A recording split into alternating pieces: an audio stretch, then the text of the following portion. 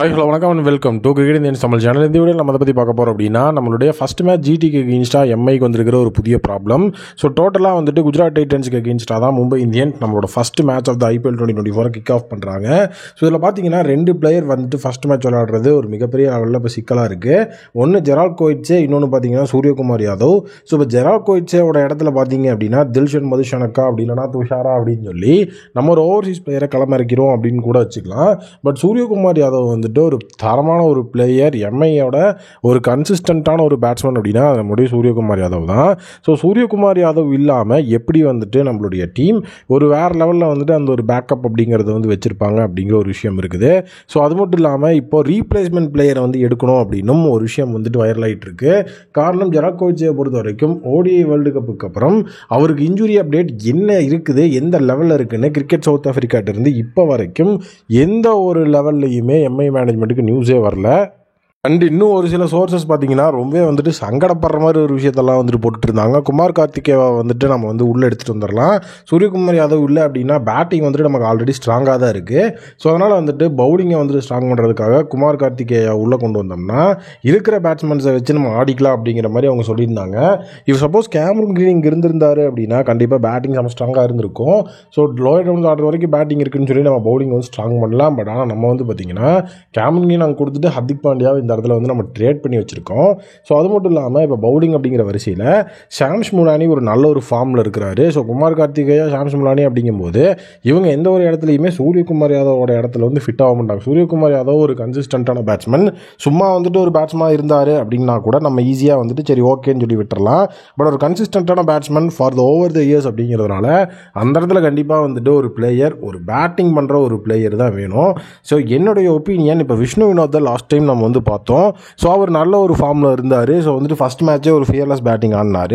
So உள்ளே இருக்கிற ஒரு பேட்ஸ்மேனையும் நம்ம வந்து ஆட வைக்கல அப்படின்னா கண்டிப்பாக விஷ்ணு வினோத் ஒரு தரமான ஆப்ஷனாக இருப்பார். ப்ளஸ் விக்கெட் கீப்பிங்க்கும் வந்து நமக்கு சப்போர்ட் பண்ணுவார். ஸோ விஷ்ணு வினோத் வந்துட்டு மிடில் ஆர்டரில் தான் லாஸ்ட் டைமும் ஆடி இருக்கிறார். ஸோ அதனால் சூரியகுமார் யாதவ் வர வரைக்கும் விஷ்ணு வினோதை நம்ம வந்துட்டு உள்ள பிளேயிங் லெவலில் யூஸ் பண்ணலாம். அது ரொம்பவே வந்து எஃபெக்டிவாக இருக்கும். அண்ட் ரீப்ளேஸ்மெண்ட் அப்படிங்கிற ஒரு அடிப்படை வரும்போது ஸ்டில் மும்பை இந்தியன்ஸ் எந்த ஒரு டிசிஷனுமே எடுக்கல. ஸோ அவங்க வந்துட்டு ரீப்ளேஸ்மெண்ட்டுக்கு இப்போ வரைக்கும் எந்த ஒரு பிளேயரையுமே சோர்ஸ் பண்ண சொல்லலை. ஸோ நம்ம வந்துட்டு ஓவர்சீஸ் சைட் அப்படிங்கிற இடத்துலையும் பார்த்தாச்சு. ஸோ அதே நேரம் வந்துட்டு நம்ம சூரியகுமார் யாதவுக்கு ரீப்ளேஸ்மெண்ட் அப்படிங்கிற இடத்துலையும் பார்த்து சூரியகுமார் யாதவுக்கு கண்டிப்பாக மும்பை இந்தியன்ஸ் என்னோட ஒப்பீனியனில் ரீப்ளேஸ்மெண்ட்டை தேட மாட்டாங்க அப்படிங்கிறது எனக்கு நல்லாவே தெரியும். காரணம் எப்போ அவர் வந்தாலும் அவரை வந்துட்டு உள்ளே நம்ம கொண்டு வரதான் போகிறோம். ஸோ அதுதான் வந்துட்டு ஒரு மிகப்பெரிய லெவல் ஆஃப் சூட்சமம். ஸோ அதனால் வந்துட்டு அவருக்கு ரீப்ளேஸ்மெண்ட் அப்படிங்கிறதெல்லாம் கண்டிப்பாக வந்துட்டு நம்மளுடைய மும்பை இந்தியன்ஸ் தேட மாட்டாங்க. ஸோ ஜெரால்ட் கோயிட்ஸேக்கு தான் இப்போ வந்துட்டு சப்போஸ் அவர் ரூல்ட் அவுட் ஆனார்னா அவரோட இடத்துல ஆடுறதுக்கு ஒரு பிளேயர் வேணும். ஸோ அப்படி ஜெரால்ட் கோயிட்ஸே வந்துட்டு ரூல்ட் அவுட் ஆனார் அப்படின்னா அந்த இடத்துல வந்துட்டு இன்னொரு நெகட்டிவ் ஷேடுன்னா கிரிக்கெட் சவுத் ஆஃப்ரிக்கா வரைக்கும் எதையுமே சொல்ல மாட்டேங்கிறாங்க. ஈவன் கேப்டன் ரோஹித் சர்மாவும் இப்போ இல்லை, ஹர்திக் பாண்டியா தான் ஆஸ் அ இருக்கிறாரு. ஸோ அவருமே இன்ஜுரி கிரைசிஸில் போயிட்டு இருக்கிறதுனால அவருமே டீமோட அப்டேட்டை இப்போ எப்பவுமே வந்துட்டு கேட்டுக்கிறது இல்லை. ஸோ IPL ஆரம்பித்ததுக்கப்புறம் தான் அது எல்லாமே சரியாக வரும் அப்படிங்கிற மாதிரியும் மேனேஜ்மெண்ட் சைடில் சொல்லியிருக்கிறாங்க.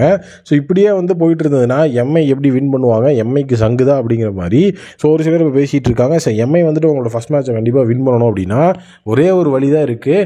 பிளேயிங் லெவன் என்ன அப்படிங்கிறத அவங்களுடைய ப்ராக்டிஸ் செஷன், அதாவது அவங்களோட ப்ராக்டிஸ் கேம்ப் ஆரம்பிக்கும் போது ஸோ நம்ம வந்து வழிவகுத்து வைக்கணும். சப்போஸ் ஜெரால்ட் கோயிட்ஸை வந்துட்டு உள்ள கம்பேக் கொடுப்பாரா இல்லை இந்த சீசன் ஆட மாட்டாரா அப்படிங்கிறதையும் அந்த ப்ராக்டிஸ் கேம்ப்லேயே வந்து முடிவு பண்ணி ஸோ அதுக்கான ரீப்ளேஸ்மெண்ட்டையும் மேட்ச் ஒன்றுக்கு முன்னாடியே சப்போஸ் ஜெரால்ட் கோயிட்ஸை வந்து ரூல் அவுட் ஆகிறார் அப்படிங்கிற விஷயம் இருந்ததுன்னா ஒரு கேப்டனாக ஹர்திக் பாண்டியா உள்ள தலையிட்டு அந்த ரீப்ளேஸ்மெண்ட் யார் அப்படிங்கிறத டிசைட் பண்ணி இந்த டைம்லேயே வந்து பார்த்திங்கன்னா மேட்ச் 1 ஆரம்பிக்கிறதுக்கு முன்னாடியே அந்த ரீப்ளேஸ்மெண்ட்டையும் உள்ளே கொண்டு வரணும்.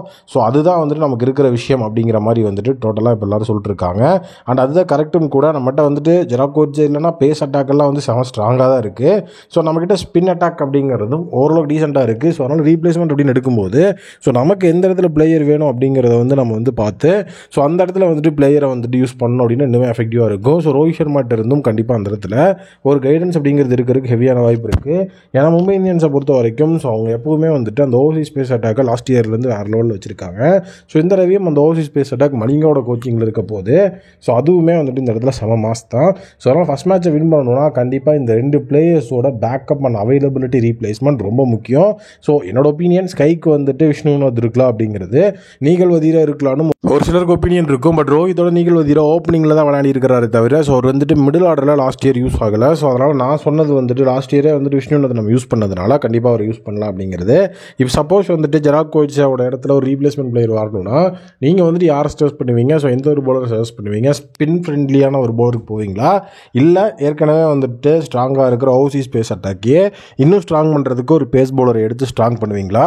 நீங்கள் என்ன நினைக்கிறீங்க அப்படிங்கிறத கமெண்ட் செக்ஷனில் மறக்காம கமெண்ட் பண்ணுங்கள். கண்டிப்பாக இந்த வீடியோ உங்களுக்கு பிடிக்கும் நம்புறேன். வீடியோ பிடிச்சா மறக்காம சேனல் சப்ஸ்கிரைப் பண்ணி பக்கத்துக்கு பெல் ஐகான் பிரஸ் பண்ணி வச்சுக்கோங்க. முன்னாடி புதிய வீடியோ மீட் பண்ணுறேன். Thank you, take care and bye bye.